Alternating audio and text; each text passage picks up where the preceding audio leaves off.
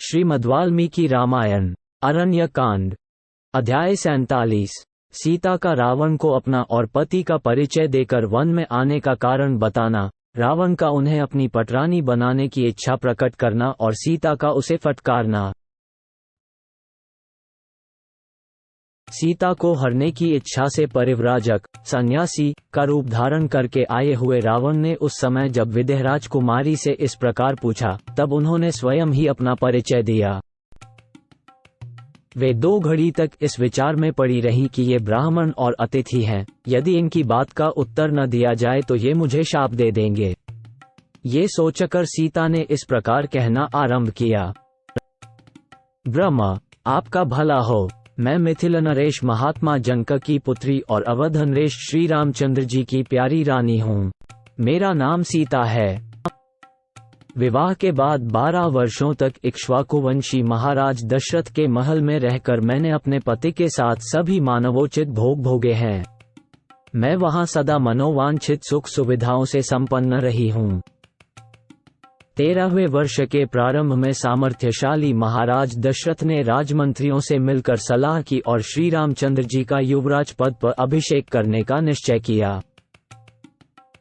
जब श्री रघुनाथ जी के राज्याभिषेक की सामग्री जुटाई जाने लगी, उस समय मेरी सास कैकेयी ने अपने पति से वर मांगा। कैकेयी ने मेरे श्वशुर को पुण्य की शपथ दिलाकर वचनबद्ध कर लिया। फिर अपने सत्य प्रतिज्ञ पति उनराज शिरोमणि से 2 वर मांगे, मेरे पति के लिए वनवास और भरत के लिए राज्याभिषेक। कैकेयी हठपूर्वक कहने लगी, यदि आज श्रीराम का अभिषेक किया गया तो मैं न तो खाऊंगी, न पीऊंगी और न कभी सोऊंगी ही। यही मेरे जीवन का अंत होगा।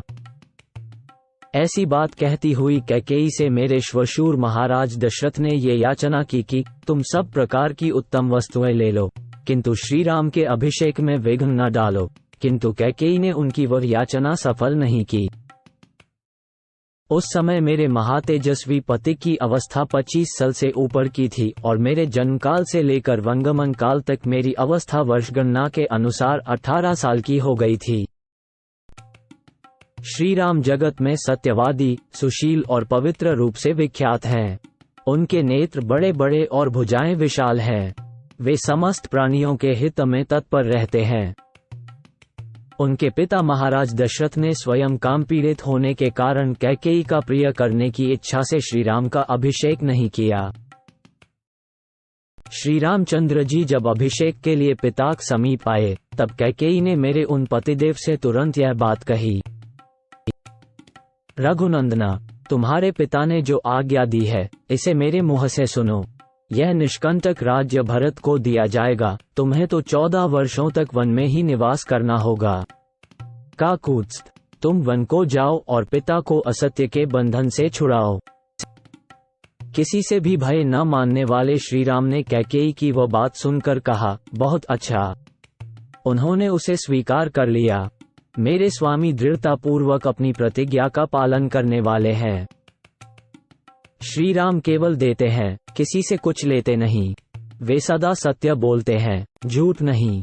ब्राह्मण, ये श्री रामचंद्र जी का सर्वोत्तम व्रत है, जिसे उन्होंने धारण कर रखा है। श्रीराम के सौतेले भाई लक्ष्मण बड़े पराक्रमी हैं। समरभूमि में शत्रुओं का संहार करने वाले पुरुष सिंह लक्ष्मण श्रीराम के सहायक हैं, बंधु हैं, ब्रह्मचारी और उत्तम व्रत का दृढ़तापूर्वक पालन करने वाले हैं। श्री रघुनाथ जी मेरे साथ जब वन में आने लगे, तब लक्ष्मण भी हाथ में धनुष लेकर उनके पीछे हो लिए। इस प्रकार मेरे और अपने छोटे भाई के साथ श्री राम इस दंडकारण्य में आए हैं। वे दृढ़ प्रतिज्ञ तथा नित्य निरंतर धर्म में तत्पर रहने वाले हैं और सिर पर जटा धारण किए तपस्वी के वेश में यहाँ रहते हैं।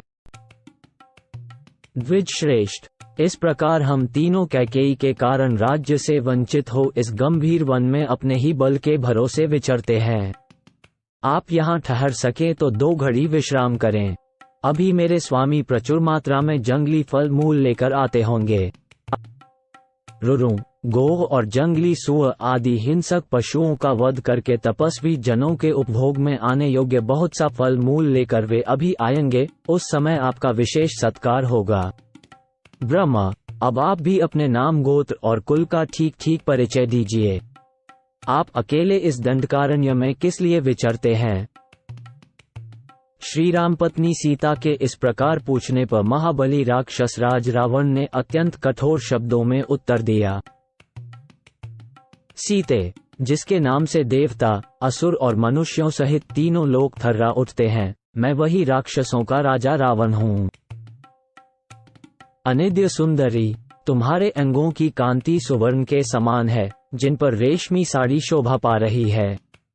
तुम्हें देखकर अब मेरा मन अपनी स्त्रियों की ओर नहीं जाता है। मैं इधर उधर से बहुत सी सुंदरी स्त्रियों को हर लाया हूँ। उन सब में तुम मेरी पटरानी बनो, तुम्हारा भला हो। मेरी राजधानी का नाम लंका है। वो महापुरी समुद्र के बीच में एक पर्वत के शिखर पर बसी हुई है। समुद्र ने उसे चारों ओर से घेर रखा है। सीते, वहां रहकर तुम मेरे साथ नाना प्रकार के वनों में विचरण करोगी। भामिनी, फिर तुम्हारे मन में इस वनवास की इच्छा कभी नहीं होगी। सीते, यदि तुम मेरी भार्या हो जाओगी तो सब प्रकार के आभूषणों से विभूषित 5000 दासियां सदा तुम्हारी सेवा किया करेगी। रावण के ऐसा कहने पर निर्दोष अंगों वाली जनकनंदिनी सीता कुपित हो उठी और राक्षस का तिरस्कार करके उसे यूं उत्तर देने लगी। मेरे पतिदेव भगवान श्री राम महान पर्वत के समान अविचल हैं, इंद्र के तुल्य पराक्रमी हैं और महासागर के समान प्रशांत हैं, उन्हें कोई क्षुब्ध नहीं कर सकता। मैं तन मन प्राण से उन्हीं का अनुसरण करने वाली तथा उन्हीं की अनुरागिनी हूँ। श्री रामचंद्र जी समस्त शुभ लक्षणों से संपन्न, वटवृक्ष की भांति सबको अपनी छाया में आश्रय देने वाले, सत्य प्रतिज्ञ और महान सौभाग्यशाली हैं। मैं उन्हीं की अनन्य अनुरागिनी हूँ।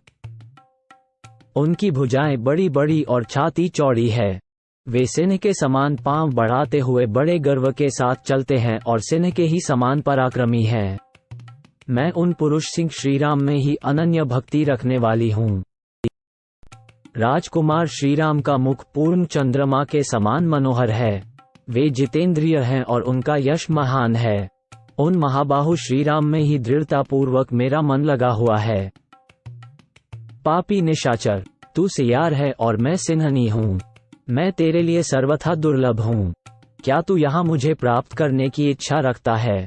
अरे, जैसे सूर्य की प्रभा पर कोई हाथ नहीं लगा सकता, उसी प्रकार तू मुझे छू भी नहीं सकता। अभागे राक्षस, तेरा इतना साहस! तू श्री रघुनाथ जी की प्यारी पत्नी का अपहरण करना चाहता है। निश्चय ही तुझे बहुत से सोने के वृक्ष दिखाई देने लगे हैं। अब तू मौत के निकट जा पहुंचा है।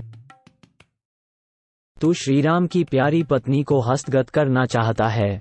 जान पड़ता है, अत्यंत वेगशाली मृगवैरी भूखे सिंह और विषधर सर्प के मुख से उनके दांत तोड़ लेना चाहता है। पर्वत श्रेष्ठ मंद्राचल को हाथ से उठाकर ले जाने की इच्छा करता है। कालकूट विष को पीकर कुशलपूर्वक लौट जाने की अभिलाषा रखता है तथा आंख को सुई से पोंछता और छुरे को जीभ से चाटता है। क्या तू अपने गले में पत्थर बांधकर समुद्र को पार करना चाहता है? सूर्य और चंद्रमा दोनों को अपने दोनों हाथों से हर लाने की इच्छा करता है? जो श्री रामचंद्र जी की प्यारी पत्नी पर बलात् करने को उतारू हुआ है। यदि तू कल्याणमय आचार का पालन करने वाली श्री राम की भार्या का अपहरण करना चाहता है तो अवश्य ही जलती हुई आग को देखकर भी तू उसे कपड़े में बांध कर ले जाने की इच्छा करता है। अरे, तू श्री राम की भार्या को, जो सर्वथा उन्हीं के योग्य है, हस्तगत करना चाहता है तो निश्चय ही लोहमय मुख वाले शूलों की नोक पर चलने की अभिलाषा करता है। वन में रहने वाले सिंह और सियार में, समुद्र और छोटी नदी में तथा अमृत और कांजी में जो अंतर है, वही अंतर दशरथ नंदन श्रीराम में और तुझ में है।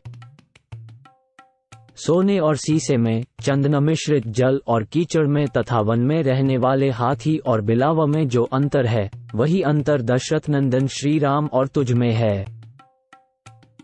गरुड़ और कौए में, मोर और जलकाक में तथा वनवासी हंस और गीध में जो अंतर है, वही अंतर दशरथ नंदन श्रीराम और तुझ में है। जिस समय सहस्र नेत्रधारी इंद्र के समान प्रभावशाली श्री रामचंद्र जी हाथ में धनुष और बाण लेकर खड़े हो जाएंगे, उस समय तू मेरा अपहरण करके भी मुझे पचा नहीं सकेगा, ठीक उसी तरह जैसे मक्खी घी पीकर उसे पचा नहीं सकती। सीता के मन में कोई दुर्भाव नहीं था, तो भी उस राक्षस से यह अत्यंत दुखजनक बात कहकर सीता रोष से कांपने लगी। शरीर के कंपन से कृशाणगी सीता हवा से हिलाई गई कदली के समान व्यथित हो उठी। सीता को कांपती देख मौत के समान प्रभाव रखने वाला रावण उनके मन में भय उत्पन्न करने के लिए अपने कुल, बल, नाम और कर्म का परिचय देने लगा।